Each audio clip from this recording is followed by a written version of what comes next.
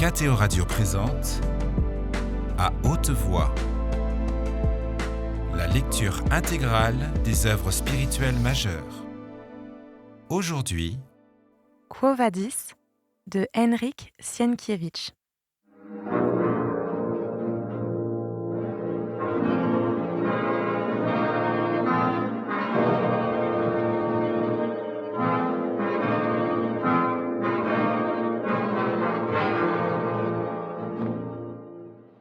Pendant les quelques jours qui suivirent, Chilon ne se montra nulle part. Vinicius, qui, depuis qu'il avait appris d'Actée que Ligie l'aimait, désirait 100 fois plus fortement la retrouver, avait de son côté entrepris ses propres recherches, ne voulant et en même temps ne pouvant solliciter l'aide de César, angoissé par la maladie de la petite Augusta. En effet, les offrandes déposées dans les temples, les prières et les cérémonies votives furent vaines, tout comme furent impuissants l'art des médecins et les sortilèges de toutes sortes auxquels on eut recours en désespoir de cause. Au bout d'une semaine, l'enfant mourut. La cour et Rome furent plongés dans le deuil. César, qui, à la naissance de l'enfant, avait été fou de joie, était maintenant fou de désespoir. S'enfermant chez lui, il n'accepta aucune nourriture pendant 2 jours. Et bien que le palais fourmillât d'une foule de sénateurs et d'Augustans accourus lui témoigner leur affliction et leur compassion, il ne voulut voir personne. Le Sénat se réunit en séance extraordinaire, au cours de laquelle l'enfant décédé fut proclamé déesse. On y décida de lui élever un temple auquel serait affecté un prêtre particulier. On déposa dans les autres temples de nouvelles offrandes en hommage à la défunte. On lui coula des statues dans des métaux précieux, et les funérailles furent une immense cérémonie où le peuple admira les effusions de douleur infinie de César. On pleura avec lui, on tendit les mains pour recevoir des cadeaux, et par-dessus tout, on se réjouit d'un spectacle sortant de l'ordinaire. Cette mort inquiéta Pétrone. On savait déjà dans Rome tout entière que Poppée l'attribuait à des maléfices. Les médecins, qui pouvaient ainsi justifier l'inefficacité de leurs efforts, le répétaient après elle. Et les prêtres dont les offrandes s'étaient révélées impuissantes, et les magiciens qui tremblaient pour leur vie, et le peuple faisaient de même. Pétrone se réjouissait maintenant de la fuite de Ligie. Mais comme il ne voulait pas de mal au Aulus, et se préoccupait de lui-même et de Vinicius, dès que l'on enleva le cyprès planté en signe de deuil devant le Palatin, il se rendit à la réception préparée pour les sénateurs et les Augustans pour constater à quel point Néron avait prêté l'oreille aux rumeurs courant sur les maléfices et en prévenir les éventuelles conséquences.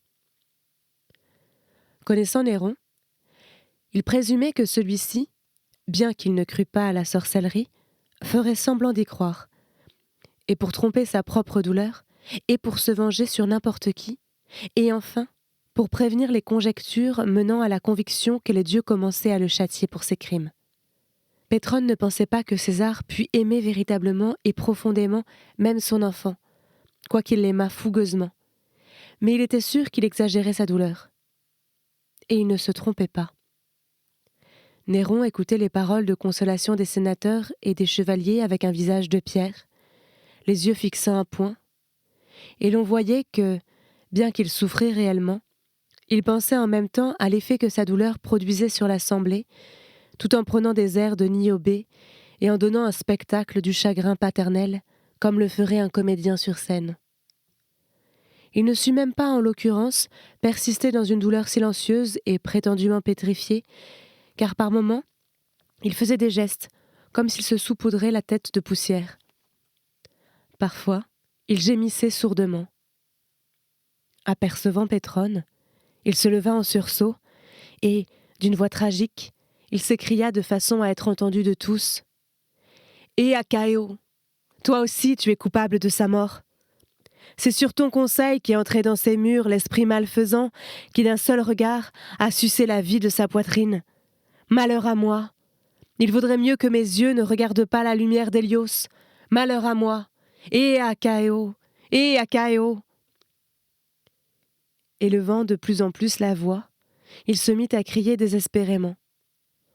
Au même instant, Pétrone décida de risquer le tout pour le tout, et, Tendant la main, il saisit d'un geste leste le foulard de soie que Néron portait toujours au cou et le pressa sur ses lèvres.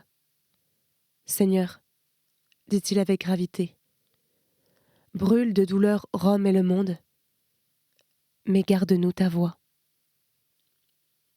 L'assistance fut frappée de stupeur. Néron lui-même resta sidéré un moment. Seul Pétrone demeura imperturbable. Il savait très bien ce qu'il faisait. Il se souvenait en effet que Terpnos et Diodore avaient carrément reçu l'ordre de fermer la bouche à César à chaque fois que, élevant trop la voix, il risquait de l'altérer. « César, continua-t-il avec la même gravité et tristesse, nous avons subi une perte immense. Mais au moins, que nous reste ce trésor de réconfort. » Le visage de Néron trembla, et au bout d'un moment, des larmes ruisselèrent de ses yeux. Soudain, il posa ses mains sur les épaules de Pétrone, et laissant tomber sa tête sur sa poitrine, il répéta en sanglotant. « De tous, toi seul y as pensé. Toi seul, Pétrone. Toi, le seul. » Tigelin blêmit de jalousie. Pétrone, lui, poursuivit. « Pars à Antium. C'est là qu'elle est venue au monde. C'est là que tu as vécu dans la joie. C'est là que viendra l'apaisement. Que l'air marin rafraîchisse ta divine gorge, que ta poitrine respire l'humidité saline. Nous, tes fidèles, nous te suivrons partout. Et, pendant que nous apaiserons ta douleur de notre amitié, tu nous apaiseras, nous, de ton chant. » « Oui, » dit Néron d'une voix plaintive, « j'écrirai un hymne en hommage à sa mémoire, et j'en composerai la musique. Puis, tu chercheras le soleil chaud de Baïès, et puis l'oubli, en Grèce, dans la patrie de la poésie et du chant. » La lourde atmosphère lugubre se dissipa peu à peu, comme fuient les nuages qui cachent le soleil, et commença alors une conversation apparemment encore pleine de tristesse, mais déjà pleine aussi de projets d'avenir avec des voyages, des productions artistiques et même des réceptions, ce qu'exigeait l'arrivée annoncée du roi d'Arminie, Tiridate. Tigelin essaya, à vrai dire, de revenir à la question des maléfices, mais Pétrone, sûr de la victoire, releva d'emblée le défi. « Tigelin, dit-il, crois-tu que les maléfices puissent nuire aux dieux ?» « César lui-même en a parlé, » répliqua le courtisan. « C'est la douleur qui a parlé et non César. Mais toi, qu'en penses-tu ? Les dieux sont trop puissants pour devoir succomber au mauvais sort jeté sur eux. Réfuterais-tu la divinité de César et de sa famille ? » Peractum est, marmonna Eprius Marcellus, qui se trouvait à côté, répétant l'exclamation poussée par le peuple lorsqu'un gladiator dans l'arène était du premier coup touché au point de ne plus avoir besoin d'être achevé.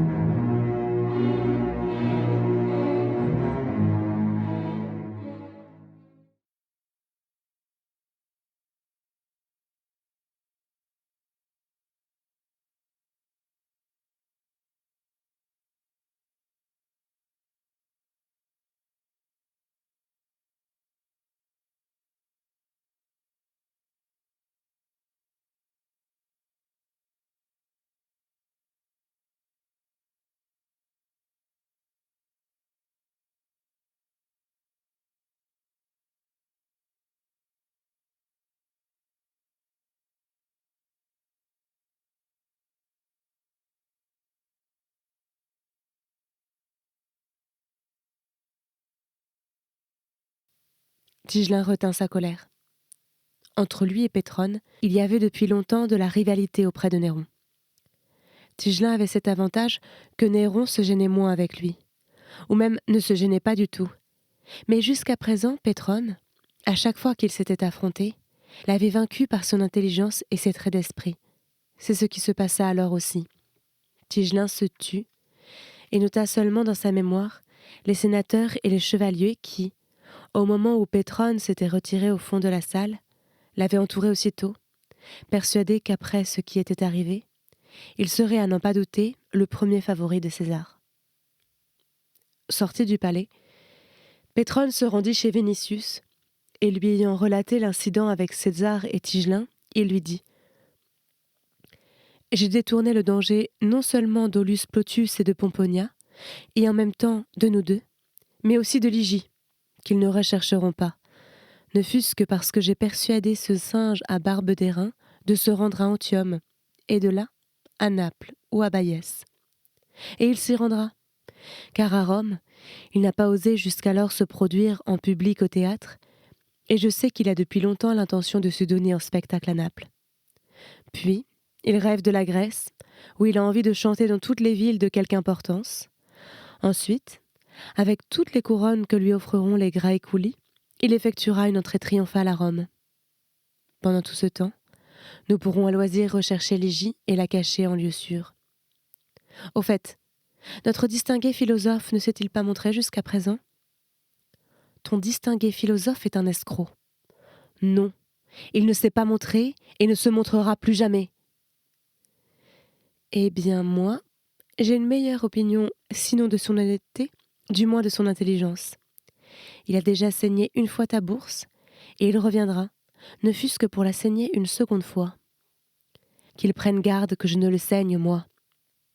Ne fais pas cela. Sois patient avec lui, jusqu'à ce que tu obtiennes la preuve de son escroquerie. Ne lui donne plus d'argent. Au contraire, promets-lui une grosse récompense s'il t'apporte une information sûre. Entreprendras-tu de ton côté quelque chose aussi ? 2 de mes infranchis, Nymphidius et Démas, à la tête de 60 hommes, la recherchent. J'ai promis la liberté à l'esclave qui la retrouverait. J'ai à part cela envoyé des exprès sur toutes les routes qui partent de Rome, afin qu'ils s'informent dans les auberges sur le Lygien et la jeune fille. Moi-même, je parcours la ville nuit et jour, comptant sur un hasard heureux. Quoi que tu apprennes, fais-le-moi savoir, car je dois me rendre à Antium. Bien. Et si, un beau jour, en t'éveillant, tu te dis qu'il ne vaut pas la peine de se tourmenter pour une seule fille et faire tant de démarches pour elle, viens à Antium. Là, il ne manquera ni de femmes, ni de réjouissances. Vinicius se mit à arpenter la salle. Pétrone l'observa un moment, puis lui dit « Dis-moi franchement, non pas comme un étourneau qui s'est mis une idée dans la tête et n'en démord pas et s'en excite, mais comme un homme raisonnable qui répond à un ami. Tiens-tu toujours autant à Lygie ?» Vinicius s'arrêta un instant et regarda Pétrone comme s'il ne l'avait pas vu auparavant, puis il recommença à marcher. Il était visible qu'il se retenait pour ne pas exploser. Il prit conscience de son impuissance, et 2 larmes de chagrin, de colère et d'une insurmontable nostalgie brillèrent dans ses yeux, ce qui impressionna plus fortement Pétrone que les paroles les plus éloquentes. Songeur, il dit au bout d'un moment « Ce n'est pas Atlas qui porte le monde sur ses épaules, mais une femme. Et parfois elle joue avec comme avec une balle. » « Et oui, » confirma Vinicius. Et ils allaient prendre congé l'un de l'autre lorsqu'un esclave fit savoir que Chilon Chilonides attendait dans le vestibule et priait le maître de séance de bien vouloir le recevoir. Vinicius ordonna de le faire entrer sur le champ. Pétrone lui dit alors « Ah, ne te l'avais-je pas dit ? Par Hercule, garde ton calme surtout, sinon c'est lui qui te dominera et non pas l'inverse. »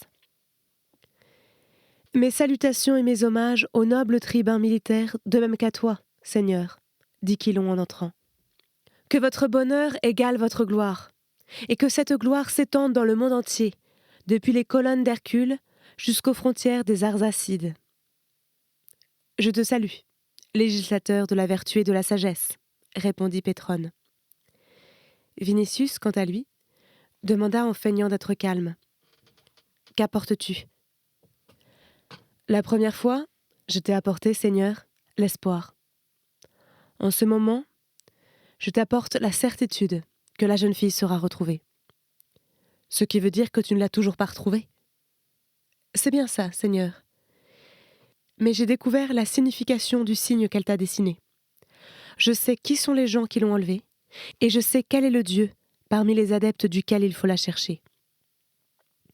Vinicius allait bondir de sa chaise sur laquelle il était assis, mais Pétrone posa sa main sur son épaule et, se tournant vers Quilon, il lui dit « Continue. »« Es-tu tout à fait sûr, Seigneur, que la jeune fille t'a tracé un poisson sur le sable ?»« Bien sûr !» s'emporta Vinicius. « Alors, elle est chrétienne, et ce sont des chrétiens qui l'ont enlevée. » Il s'ensuivit un long moment de silence.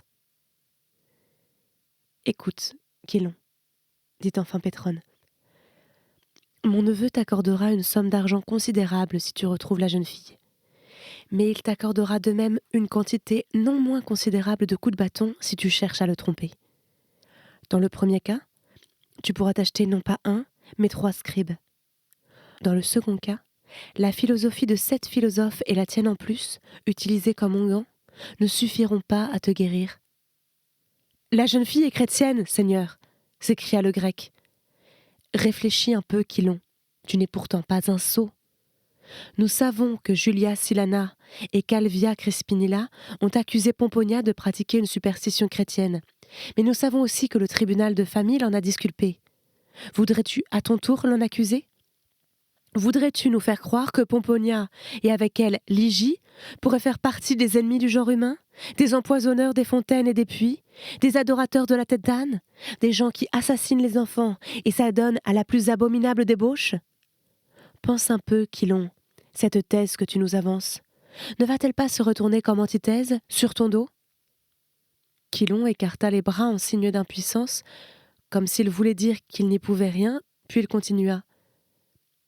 Seigneur, dis en grec la phrase suivante. Jésus-Christ, Fils de Dieu, Sauveur. Bien, je le dis. Et puis après ? Eh bien, maintenant, prends la première lettre de chacun de ces mots et assemble-les de façon à en faire un seul mot. Poisson, dit Pétrone tout étonné. Voilà pourquoi le poisson est devenu l'emblème des chrétiens, répondit avec fierté Quilon. Ils se turent. Il y avait dans les démonstrations du grec quelque chose de si frappant que les deux amis ne purent contenir leur stupéfaction. Vinicius, demanda Pétrone, ne te trompes-tu pas ? Éligie t'a-t-elle réellement dessiné un poisson ? Par tous les dieux des enfers, c'est à devenir fou, s'écria le jeune homme en s'emportant. Si elle m'avait dessiné un oiseau, j'aurais dit que c'était un oiseau.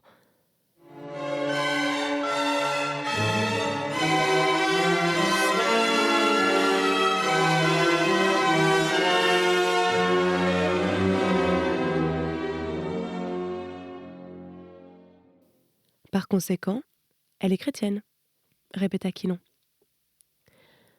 Ce qui veut dire, reprit Pétrone, que Pomponia et Ligie empoisonnent les puits, assassinent les enfants capturés dans la rue et se livrent à la débauche ? Sottise ! Toi, Vinicius, tu as passé quelque temps dans leur maison. Moi, je n'y ai été que très brièvement, mais je connais assez Aulus et Pomponia, et même assez Ligie, pour pouvoir dire que tout cela est calomnie et sottise. Si le poisson est l'emblème des chrétiens, ce qu'il serait difficile de nier, et si elles sont chrétiennes, alors, par Proserpine, ces chrétiens ne sont visiblement pas ce que nous croyons. Tu parles comme Socrate, Seigneur, observa Quilon. A-t-on jamais cherché à connaître les chrétiens ? Qui saurait dire ce qu'est leur enseignement ? Il y a 3 ans, lors d'une de mes pérégrinations de Naples, pourquoi ne suis-je pas resté là-bas ?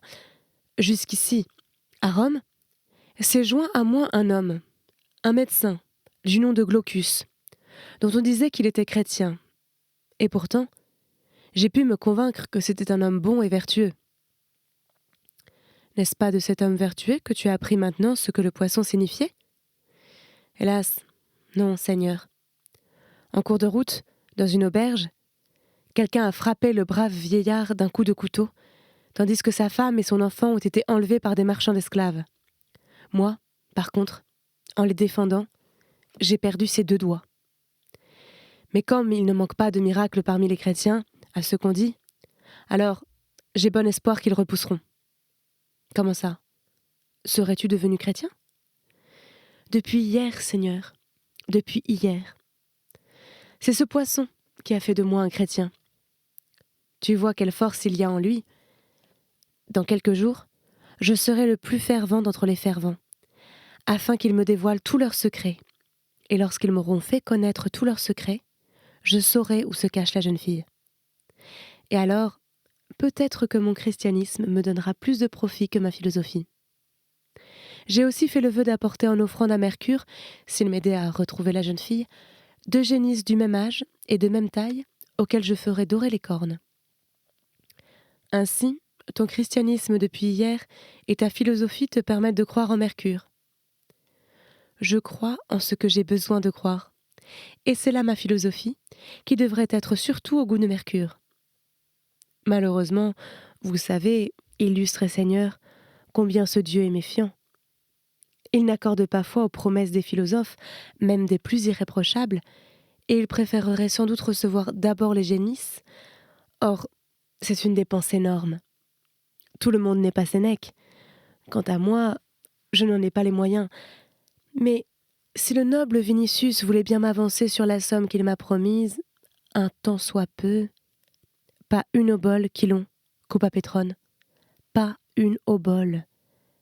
La générosité de Vinicius dépassera tes espérances, mais seulement lorsque Ligie aura été retrouvée.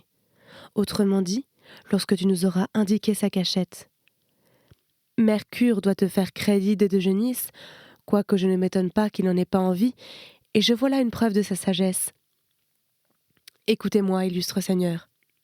La découverte que j'ai faite est considérable, car bien que je n'ai pas retrouvé jusqu'à présent la jeune fille, j'ai trouvé le chemin sur lequel il faut la chercher. Vous avez envoyé des affranchis et des esclaves dans toute la ville et en province.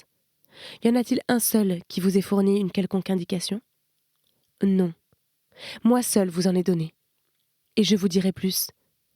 Parmi vos esclaves, il peut y avoir des chrétiens que vous ignorez, car la superstition s'est répandue partout. Et ceux-ci, au lieu de vous aider, vous trahiront. Il est même dangereux qu'on me voie ici. Par conséquent, noble Pétrone, ordonne à Eunice de se taire.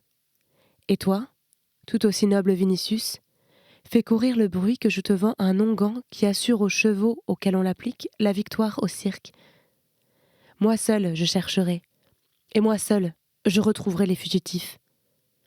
Vous, en revanche, faites-moi confiance, et sachez que, quoi que je reçoive d'avance, sera pour moi seulement un encouragement, car je m'attendrai à toujours plus, et j'aurai d'autant plus la certitude que la récompense promise ne m'échappera pas. Et oui, en tant que philosophe, je méprise l'argent, bien que Sénèque, lui, ne le méprise pas, ni même Musonius ou Cornutus, qui pourtant n'ont pas perdu des doigts en défendant qui que ce soit, et qui peuvent écrire et transmettre eux-mêmes leur nom à la postérité. Mais, à part l'esclave que j'ai l'intention d'acheter, et à part Mercure, à qui j'ai promis une génisse, vous ne savez, n'est-ce pas, combien le prix du bétail a augmenté. La recherche même entraîne une multitude de dépenses. Ayez seulement la patience de m'écouter. Eh bien voilà. À force de marcher, j'ai depuis quelques jours des écorchures aux pieds. Je suis allée dans les tavernes pour causer avec les gens, chez les boulangers, les bouchers, chez les vendeurs d'huile et chez les pêcheurs. J'ai parcouru toutes les rues et les ruelles. J'ai été dans les abris des esclaves évadés. J'ai perdu près de 100 as à la Mora. J'ai été dans les lavoirs, les séchoirs et les gargotes. J'ai vu des muletiers et des tailleurs de pierre. J'ai rencontré des gens qui soignent les maladies de la vessie, des arracheurs de dents. J'ai bavardé avec des marchands de figues sèches. Je suis allée dans les cimetières. Et savez-vous pourquoi? Afin d'y dessiner partout un poisson. Regardez les gens dans les yeux et écoutez ce qu'ils disent en voyant ce signe. Longtemps je n'ai rien vu. Quand un beau jour, j'ai remarqué près d'une fontaine un vieil esclave qui puisait des seaux d'eau et pleurait. M'étant alors approché de lui, Je lui ai demandé quelle était la cause de ses larmes. Nous nous sommes assis sur les marches de la fontaine, et il m'a alors répondu qu'il avait toute sa vie économisé sesterces par sesterces pour acheter son fils bien-aimé. Cependant, son maître, un certain Pansa, lorsqu'il avait vu son argent, le lui avait confisqué tout en gardant son fils en esclavage. « Et c'est pourquoi je pleure ?» continua le vieillard. « Car j'ai beau me dire que ta volonté, Dieu, soit faite, je n'arrive pas, pauvre pécheur que je suis, à retenir mes larmes. » C'est alors que, comme mue par un pressentiment, ayant trempé mon doigt dans le seau, j'ai dessiné un poisson. Lui, à ce moment, m'a dit « Pour moi aussi, le Christ est tout mon espoir. » Je lui ai donc demandé « Tu m'as reconnu à ce signe ?»